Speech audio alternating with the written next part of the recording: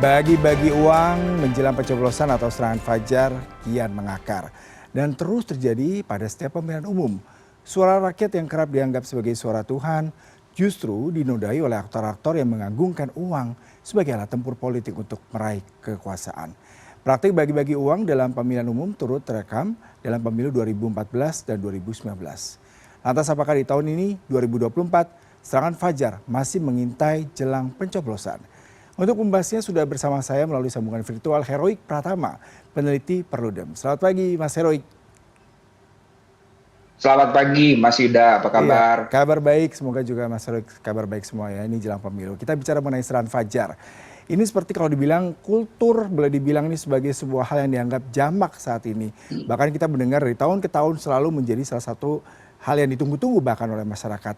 Nah, bagaimana Anda melihat kondisi ini di tahun 2024, di mana diharapkan proses demokrasi Indonesia tidak lagi berpegang atau mengacu pada uang atau materi?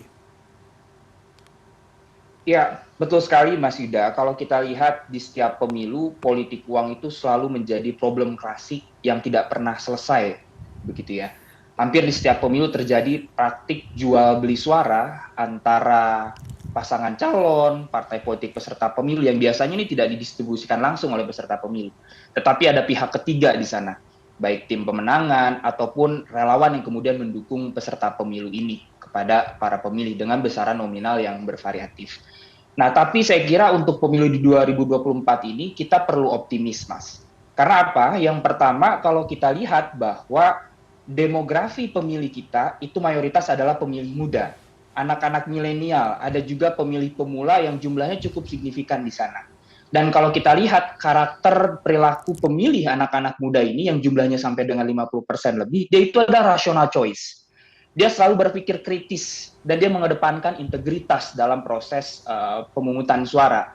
Artinya harapannya ketika terjadi praktik distribusi uang gitu yang dilakukan biasanya baik tengah malam menjelang hari pemungutan suara ataupun di pagi hari yang kita kenal tadi dengan serangan fajar begitu ya, ada resistensi harapannya dari para pemilih muda ini untuk gitu ya memberikan suaranya secara cuma-cuma kepada praktik suap jual beli suara tersebut. Nah, itu yang pertama. Nah, yang kedua memang problem ini adalah problem hukum yang kemudian tidak pernah dituntaskan oleh badan penegak badan khususnya badan pengawas pemilu gitu ya, Bawaslu yang punya otoritas untuk melakukan penegakan hukum pemilu di dalam praktek itu. Karena kalau kita lihat praktek politik uang dalam kerangka hukum pemilu kita di Undang-Undang 7 2017 itu masuk dalam tindak pidana pemilu yang kemudian harus diselesaikan oleh Bawaslu dan di dalamnya ada sentra penegakan hukum terpadu di dalamnya. Nah, namun memang kalau kita lihat gitu ya, politik uang ini sulit dijerat gitu ya. Karena apa? Misalnya dalam praktek pendistribusian uangnya dilakukan oleh informal leaders gitu ya. Dalam hal ini mereka yang tidak terdaftar dalam struktur pemenangan sehingga ketika di dalam proses tindak lanjut penegak hukumnya agak sulit. Nah, tetapi saya kira menuju 2024 ini kita harus optimis Mas karena tadi ada demografi pemilih muda di dalamnya yang harapannya mereka akan resisten terhadap praktik politik uang dan mereka akan menolak segala bentuk suap dalam hal ini jual beli suara di pemilu kita. Hmm. Kalau kita bicara mengenai pemilu 2014-2019 dari pernyataan dari guru besar nih ya, ketua bicara dari Pak Burhanuddin Muftadi menyebutkan pada pemilu 2014-2019 ada 63,5 juta pemilih yang terlibat dalam politik uang untuk pemilihan legislatif. Lalu Anda melihat bagaimana nih pemilu justru melanggengkan praktek bagi-bagi uang ini, Mas? Ya, pertama saya melihat mereka yang melakukan praktek politik uang, kalau kita merujuk studi dari Mas Burhanuddin Muhtadi, karena disertasi beliau adalah soal praktik politik uang tersebut, ini ada yang disebut dengan dilema tahanan.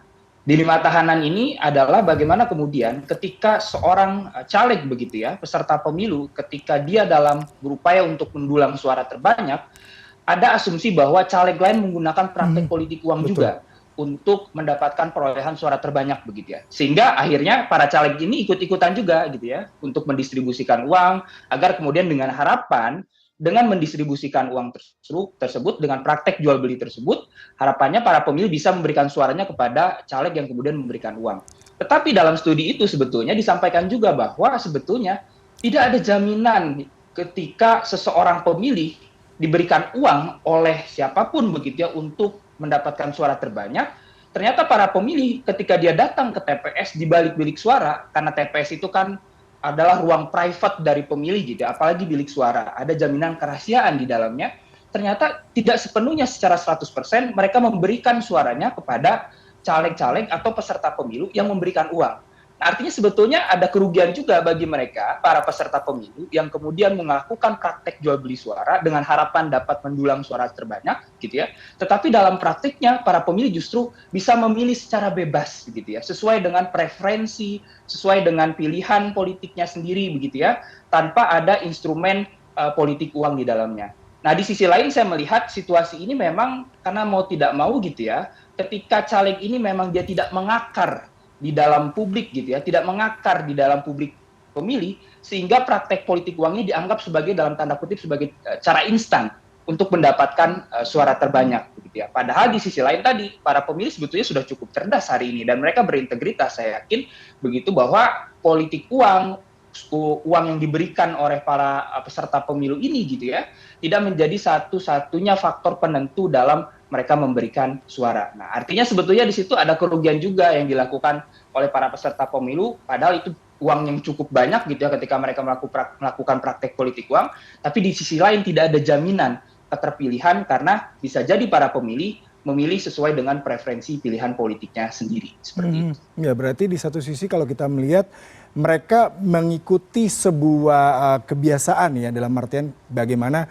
para calon legislatif ini terutama yang baru, mereka melihat mereka harus mendapatkan atensi publik, mereka menggunakan uang karena sebelumnya mereka juga harus bersaing dengan kontestan lain yang sudah bertugas ataupun sudah selama 5 tahun menjabat. Nah, tapi yang menarik nih Mas, kalau bicara dengan uang yang dibagikan berarti kita bicara dengan korupsi ya, dalam tanda kutip masyarakat juga jadinya menggampangkan pilihan mereka. Nah, kalau kita bicara mengenai hal tersebut, ada yang mengatakan bahwasanya duit yang sudah dikeluarkan cukup besar, uang yang modal dikeluarkan miliaran, berarti mereka juga sudah berpikir ada balik modalnya gitu loh, karena mereka berharap hal tersebut bisa didapatkan ketika mereka menjabat.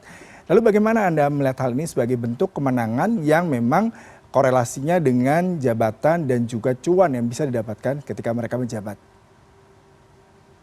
Iya, betul sekali Mas Yuda, bahwa praktik politik uang jual beli suara ini adalah cikal bakal dari korupsi politik gitu ya. Karena tadi apa yang disampaikan Mas Yuda betul sekali, bahwa karena mereka sudah mengeluarkan uang yang cukup banyak, maka ketika dia duduk di kursi-kursi lembaga perwakilan, artinya ada motivasi untuk mengembalikan uang tersebut dengan jalur-jalur yang dalam hal tanda kutip gitu ya, cara-cara yang ilegal. Salah satunya adalah dengan praktik korupsi begitu ya.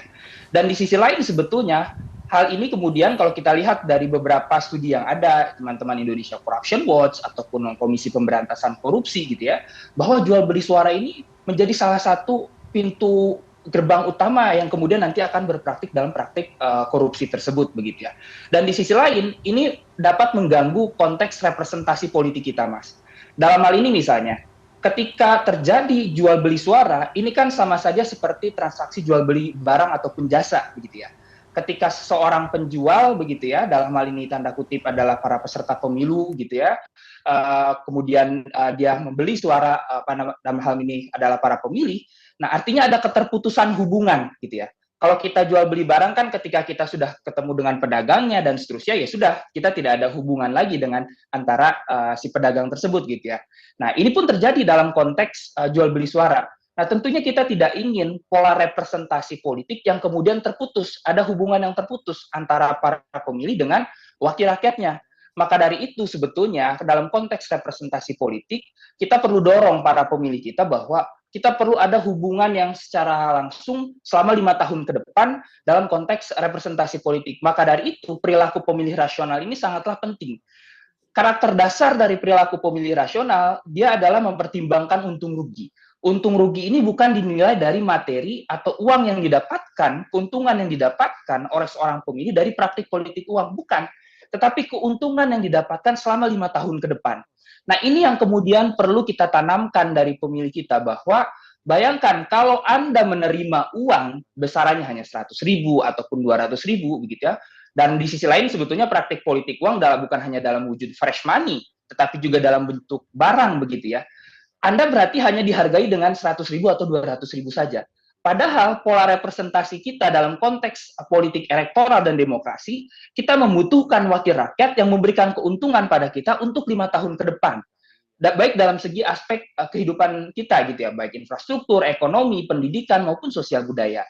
Nah, itulah yang saya kira perlu kita tanamkan hari ini begitu ya. Salah satu peran kita sebagai pemilih untuk meminimalisir adanya praktek korupsi politik selama 5 tahun ke depan adalah dengan cara menolak praktik politik uang, dan mari kita cermati program dan visi misi yang ditawarkan dengan tujuan agar kemudian kita bisa punya pola representasi yang baik, pola keterhubungan yang baik dengan wakil rakyat kita selama 5 tahun ke depan gitu ya. Jangan mau kemudian ada praktik jual putus tadi, karena politik uang sesungguhnya itu menjadi cikal bakal dari korupsi politik, sekaligus sarana bagi para calon wakil rakyat yang tidak bertanggung jawab itu melupakan para pemilihnya, karena mereka menganggap bahwa sudah saya beli suara Anda, maka hubungan kita selesai. Kira-kira seperti itu, Mas. Ya, menarik sekali perbincangan. Semoga bisa memberikan enlightenment buat para pemilih besok, bahwasanya politik uang itu juga cikal bakal korupsi dan suara Anda itu sangat berperan bagi nasib negeri ini 5 tahun ke depan. Bukan hanya sekedar uang yang diberikan dalam nominal tertentu, namun bagaimana kinerja mereka dan dedikasi mereka selama menjabat sebagai wakil rakyat. Terima kasih untuk perbincangannya Mas Heroik atas waktunya. Selamat pagi dan salam sehat selalu.